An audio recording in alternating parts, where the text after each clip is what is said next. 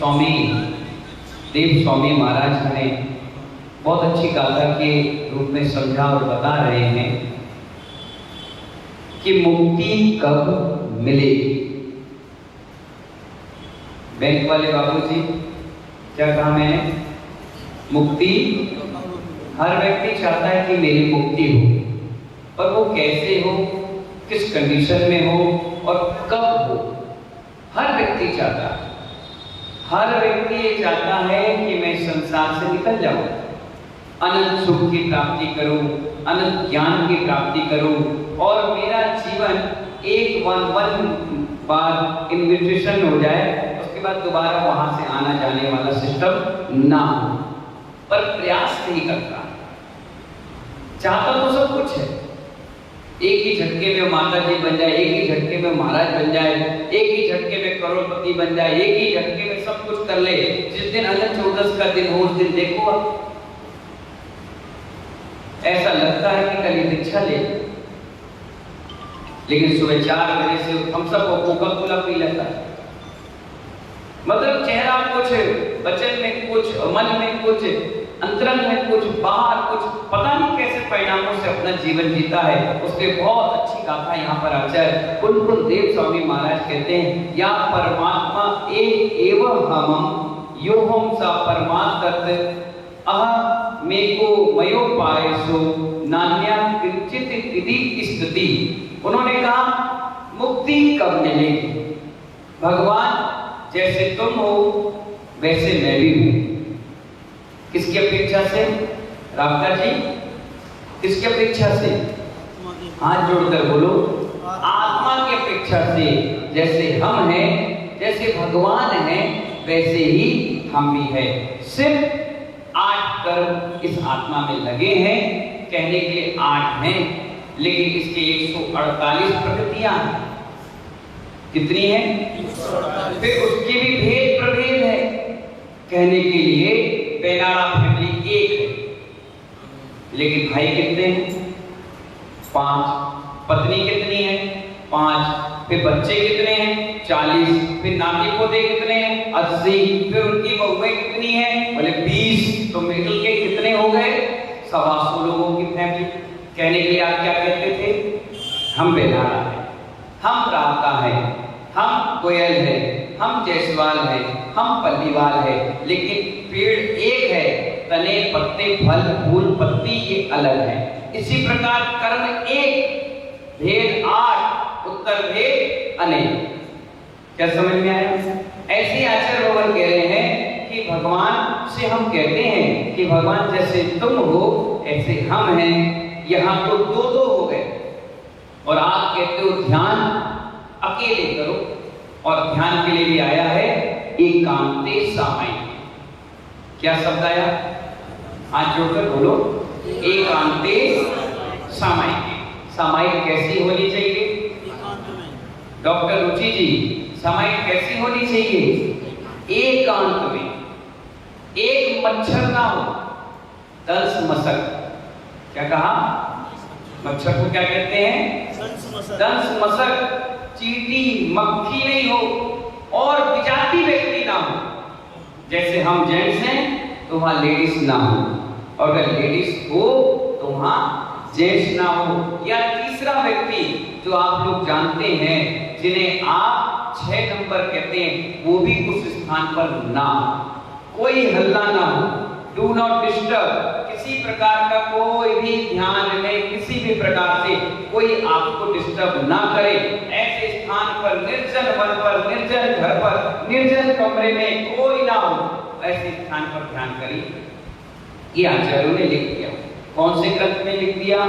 ज्ञानार्णव ग्रंथ में। उसमें टोटल ध्यान का विषय है। शुक्ल ध्यान क्या है, कौन सा धर्म ध्यान है, कौन सा आर्ट ध्यान है, कौन सा रौद्र ध्यान है। बाकी ध्यान को करना पड़ता है, ये अपने आप होते हैं। आत्म ध्यान, रौद्र ध्यान सुबह से आपने कम से कम 50 बार कर लिया होगा और तुम्हें पता भी नहीं चला। धर्म ध्यान करने के लिए समय निकालना पड़ता है, और गलत ध्यान करने के लिए समय निकल जाता है अपने आप। अभी देखना, जैसे मैं कहूंगा भगवान शांतिनाथ की जय, तुरंत आपका ध्यान कहाँ जाएगा? कितने मैसेज आए, किसका फोन आया, चलो घर चलना है, लो खाना खाना है, चलो घूमने जाना है, अरे ये शॉपिंग करना है। ये कौन से ध्यान है? आर्थ और परिणाम बढ़ाने के। और मंदिर आना है, ये शुभ ध्यान है, धर्म ध्यान की भेद है। और इससे शुभ का आश्रय होगा। जो व्यक्ति शुभ का प्रतिदिन आश्रय करता है उसका मरण भी सल्लेखना समाधि पूर्वक होगा। जिसने कंटिन्यू ध्यान किया, किसका? शुभ का, अशुभ का नहीं। पानी ज्यादा बग रहा है, आपने ज्यादा फेंका, अनर्थ दंड किया, बार बार कपड़े धोए, बार बार मुंह धोया, बार बार खाना खाया, बार बार भूख नहीं है फिर भी खा रहे हैं, फिर भोजन करके आए और किसी ने थाली रख दी, मना नहीं कर पा रहे व्यवहारिकता के कारण, और फिर धीरे से मुंह में डाल लिया, धीरे से फिर खा लिया। कपड़े पहने थे, एक कपड़े से पूरा दिन निकल सकता है, लेकिन फिर भी बदल लिया, फिर मैचिंग कर ली, फिर अवस्थाएं बदल ली, अनर्थ ही अनर्थ कर लिया। ये हिंसात्मक ध्यान जो है ये आपकी समाधि संलेखना में कारण नहीं बनेगा। नियम से आपको कुछ ना कुछ विकल्प याद कराएगा।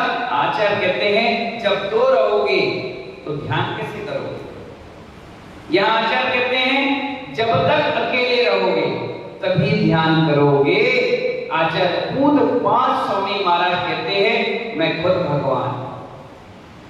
क्या कह रहे हैं? मैं खुद भगवान हूं। जिस समय जीव अपनी आत्मा में एकाग्र होकर ध्यान मग्न होगा उसी समय उसको मुक्ति मिल जाएगी। कितनी प्यारी बात, ध्यान की बात बता रहे हैं। मुनि महाराज थे, सैकड़ों साल की साधना थी। कितनी साल की? हम तो 40-50 साल के हैं, ये 70-80 साल के हैं, कोई 90 साल का है। उस समय सैकड़ों वर्ष की आयु होती थी। आज भी इस युग में 100+ वाले मिलेंगे आपको, यथा कथा पूरे आगरा में ढूंढो तो एक आदमी ले जाएंगे। इनके पिताजी 95 के, कोई 90 का, कोई 92 का। हमारे संघ में भी 94 वर्ष की आयु वाले साधक ने दीक्षा ली और समाधि संलेखना ली। अभी भी 92-93 साल के समय शिखर की यात्रा कर रहे हैं। कहने का मतलब ये है सैकड़ों वर्ष की साधना थी और साधना कर रहे थे, आराम से बैठे थे और अचानक से कोई व्यक्ति आया और उसने एक बहुत सुंदर लाल कलर का फल चढ़ा दिया। और जैसे चढ़ाया, आदमी की गंदी आदत भी होती है, महाराज आंख बंद करके बैठे हों, महाराज को जाप कर रहे हों या स्वाध्याय कर रहे हों, वो जरूर तेज आवाज में स्वर में बोलेगा और कहेगा, ऐसा प्रतीत होता है शायद वो अपना इंट्रो करा रहा है कि मैं आ चुका हूं। और हुआ भी ये, उस व्यक्ति ने फल चढ़ाया, उसने जोर से सुहा और बोला, महाराज बोल दो। महाराज तो बैठे थे अपने ध्यान में, समाधि संलेखना में, और अंतिम पड़ाव पर ही चल रहे थे। उन्होंने आंख खोली तो सबसे पहले क्या देखा? लाल फल, लाल कलर का, सैकड़ों साल की साधना। एक ताश के पत्तों से उसने महल तैयार किया था और लास्ट वाला पत्ता लगा के उसकी समाधि संलेखना हो जाती। मंदिर पूरा बनकर कंप्लीट था, शिखर पर बस चढ़ना था। अब हुआ क्या? साधक ने आंख खोली, फल दिखा, व्यक्ति नहीं दिखा, फल दिखा। फल दिखते ही विचार आया, दिख इतना सुंदर रहा है तो खाने में कितना सुंदर रहा। कितना सा विचार आया बताओ? देख इतना सुंदर रहा है, खाने में कितना स्वादिष्ट होगा। और इतना सोचते ही, बोला भी नहीं, मांगा भी नहीं, कहा भी नहीं, ज्यादा से ज्यादा सिर्फ आंखों से देखा और विचारों में आया। और इतना बोलते ही महानुभाव के फल में जाकर कीड़ा बन गया। सैकड़ों साल की साधना, भाई सैकड़ों साल की तपस्या कहां चली गई? कुछ छोटे से फल में कीड़ा बन गए। और यही लोग देख रहे हैं कि क्या साधना करी, क्या गजब का परिणाम था।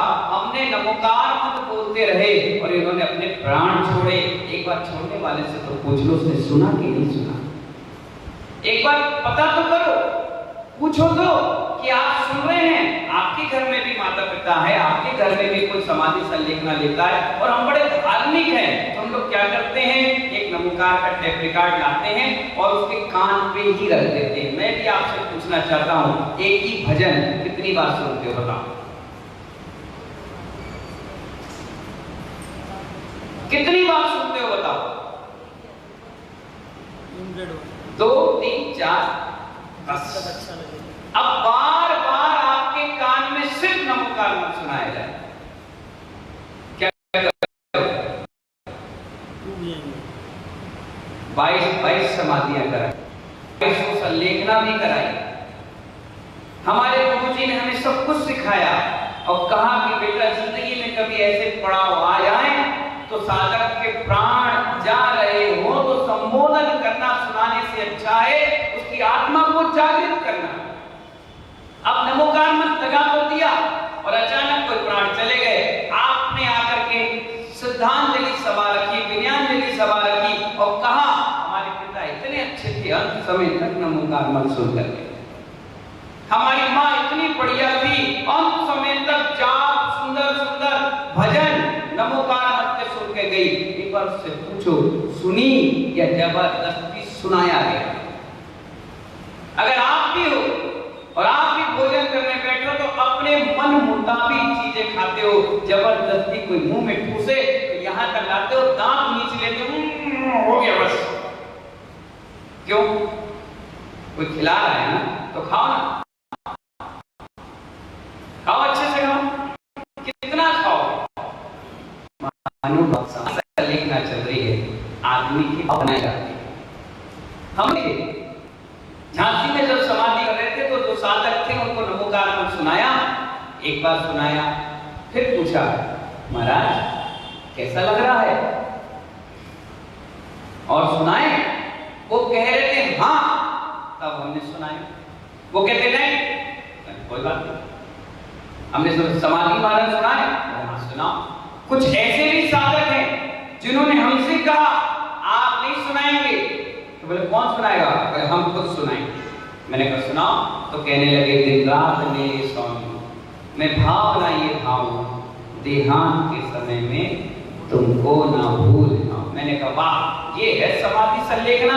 सोए हुए को नमोकार मंत्र सुनाना अलग बात है और जागती अवस्था में खुद बोलना ये अलग बात है।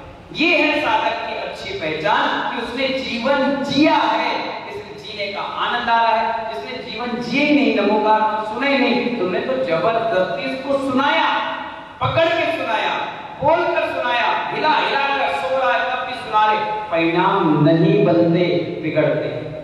आप अच्छे से सुनाओ ना, प्यार से सुनाओ, एक एक शब्द बोलो, प्यार से बोलो, समझा कर बोलो, तीर्थ बनना याद कराओ, शिखर जी बना कराओ, कभी पाओ सब्जेक्ट चेंज करके उस मन डायवर्ट करो धर्म ध्यान की, अशुभ से हटाकर किस पे ले जाओ? सुख पर ले जाओ। उसका मन डायवर्ट होगा और अंत समय में उसकी हिचकियां आएगी, उल्टी सांसें चलेगी और वो साधक अपने इस देह को त्याग कर देगा। तो महानुभाव यहाँ कहते हैं जब तक भगवान स्वयं इन दोनों का होगा तब तक में खटपट होगी। बार बार देखोगे भगवान तो अपनी आत्मा को कब देखोगे? बार बार आंख को देखो। आचार्य कहते नहीं, एक बार देख लिया, आंख बंद करो, अब अपने आप को देखो, अपने आप को देखो, डटोलो। इसीलिए आचार्य कहते हैं दो होंगे तो खटपट होगी, मेरी आत्मा ही स्वयं भगवान है, इसी में डूब जाओ तो तुम्हारी मुक्ति निश्चित है। बार बार आंख खोल करके देखोगे, बार बार इधर उधर देखोगे, बार बार अपने आप को देखोगे, बार बार इधर उधर देखोगे, तो इससे मुक्ति होने वाली नहीं। वन टाइम देखिए भगवान को, आंख बंद कर लीजिए और डूब जाओ अपने उस आत्म स्वरूप में कि वहां से निकलना बाकी ना रहे। और जब निकलो तो ऐसा लगे क्या आनंद आया, इसी में सच्चा आनंद है, बाकी सब बेकार है। आचार्य कहते हैं मुनिराज लोग योगी होते हैं, योग और योगी दोनों में बहुत बड़ा फर्क है। क्या बोले उन्होंने? योग और योगी। मुनिराज लोग क्या होते हैं? योगी होते हैं। कौन से होते हैं? और आप सब लोग तो सुबह सुबह मॉर्निंग वॉक में जाकर के ग्राउंड में बैठ करके योगा मैट पर क्या करते हैं? योग। आचार्य भगवान यहाँ कितना अच्छा बता रहे हैं। योग बोले तो मन वचन काया की क्रिया। क्या बोला मैंने? योग बोले तो मन वचन काया की क्रिया, और योगी बोले तो मन वचन काया तीनों को एक बना देने वाला। क्या कहा मैंने? मन वचन काया सामर्थ्य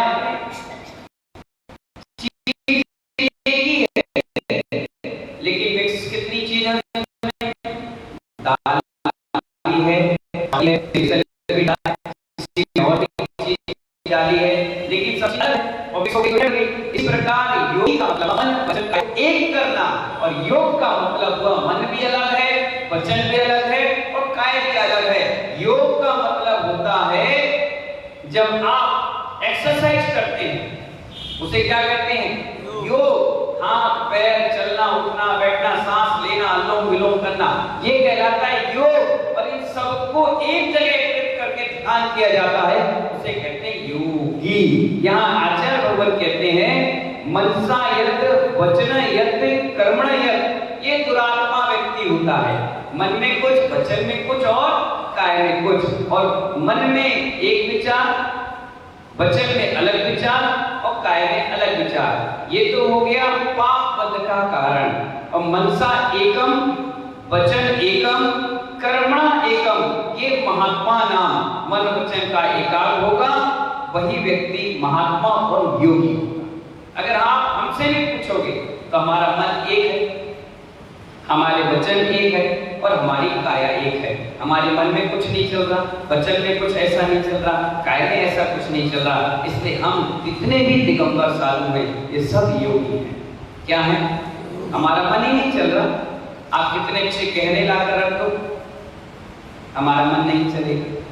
कितने अच्छे कपड़े वस्त्र आभूषण ला के रख दो तो भी मन नहीं चलेगा। बंडल बंडल पैसे रुपए के ला के रख दो, कोई नहीं छूने वाला। अभी 3-4 दिन एक कमरे में रुका, किसी का 100 का नोट गिर गया। क्या गिर गया? कोई आया होगा दर्शन करने, झुका होगा तो कुछ सामान निकाला और 100 का नोट गिर गया। मैं जैसी समय करके कमंडल उठा करके लघु शंकर ले गया तो मुझे दिख गया तो मैंने ध्यान ही नहीं दिया। 4 दिन तक वहीं पड़ा। कितने दिन तक? और आपके घर में पड़ा होता तो घर में पड़ा होता तो क्या होता? तुम ही उनसे गिर जाती पहले, कोई देख तो नहीं रहा, फिर धीरे धीरे सरकती, धीरे सब मिल गए तब फिर दबा लिया। कितना बड़ा आपने पाप कर्म का बंद वाला, लालच, छल कपट, मायाचारी, क्या क्या कर ली किसके कारण? सिर्फ 100 रुपए के। हमारा उसमें औचित्य नहीं था, हमने देखा तो पड़ा। मैंने कहा होगा 4 दिन जब आए तो मैंने एक व्यक्ति से कहा, मैंने कहा किसी के पैसे गिर गए थे। किसके? बोले हाँ महाराज जी, उस दिन मैंने दवाई निकाली थी जेब से, मेरे गिर गए। मैंने तुम्हारे तो ले जाओ। अगर मैं उठा कर रख देता कहीं तो उसका मन दुखित होता कि मेरे पैसे गायब हो गए। जहाँ स्वाभाविक है, जिसकी जहाँ चीज गिरे को एक बार देखने जरूर आता है, उसको पता चल गया, मिल गया। तो आचार्य भगवान यहाँ बहुत अच्छी बात बता रहे हैं कि वह मुनिराज योगी हैं। कब? जब वो संकल्प रहित है, विकल्प रहित हैं, अच्छे बुरे विचारों से परे हैं, निर्द्वंद हैं, कोई द्वंद नहीं है, कोई मोह नहीं है, निष्कंट है और नियत स्वभाव में ही मग्न है। ऐसे सतत निर्मल मन के मुनिराज अपने शुद्ध उपयोग और शुद्ध आत्म तत्व को एकाग्र चिंतन करते हैं। ये सब एक योगी में ही निर्धारित होते हैं। जिनके पास ऐसा मन होता है, ऐसे पवित्र विचार होते हैं, वही हमारे लिए योगी राज कहलाते हैं, दिगंबर संत कहलाते हैं। इसलिए महानुभाव उनसे शरीर से अंगूठे से निकलने वाली पुण्य वरगणाओं को छूने के लिए ही हम उनके चरणों को छूते हैं। उनकी जो वरगणाएं निकलेंगी तो आपके शरीर से टच होंगी, तो आपके अंदर भी जो विकल्प हैं वो खत्म होकर के सुंदर सुंदर विचार आ जाएं। आप देखिए, जब भी कभी आपको या आपके शरीर को ठंडी लगती है तो आप किसका सहारा लेते हैं? आग का। गर्मी लगती है तो ठंड का। ऐसे ही साधु के शरीर से निकलने वाली आभा मंडल का हम भी सहारा लेते हैं। इस मंदिर में जब हम प्रवेश करते हैं ना तो सुबह सुबह भगवान के शरीर आभा मंडल से अंगूठों से निकलने वाली वरदनाएं हमारे शरीर से टच हो, हमारे अंदर भी शांति हो, हमारे विचार भी पवित्र हो। ये मंदिर में आने का मतलब ही ये है कि आधा एक घंटे के लिए हमारे विचार अच्छे रहे, गलत कामों में ना जाए। क्योंकि 24 घंटे अशुभ आश्रय तो आपने किया ही किया, 24 में 23 तो किया है और 24 में 1 घंटे जो मिले उस शुभ आश्रय के लिए। तो आचार्य भगवान यहाँ बता रहे हैं कि संकल्प रहित विकल्प रहित जो जीवन है वो योगी का कहलाता है। इसलिए कोई मुझसे कहता है ये मकान कैसा बना, तो हम ये नहीं कहते कि बढ़िया बना। क्या? जोर से बोलो। किसी ने कहा ये कैसा बना, तो हम क्या कहते हैं? कुछ नहीं, हम कहते हैं आशीर्वाद। क्या कहते हैं? क्यों भैया, महाराज जी इतना अच्छा मकान बनाया तो इसमें आशीर्वाद क्यों? ये बोलो ना बढ़िया बना। मैंने कहा जैसी मैंने कहा बढ़िया बना, तुमने छना पानी डाला चाहे अनछना, सब दोष किसको लगा?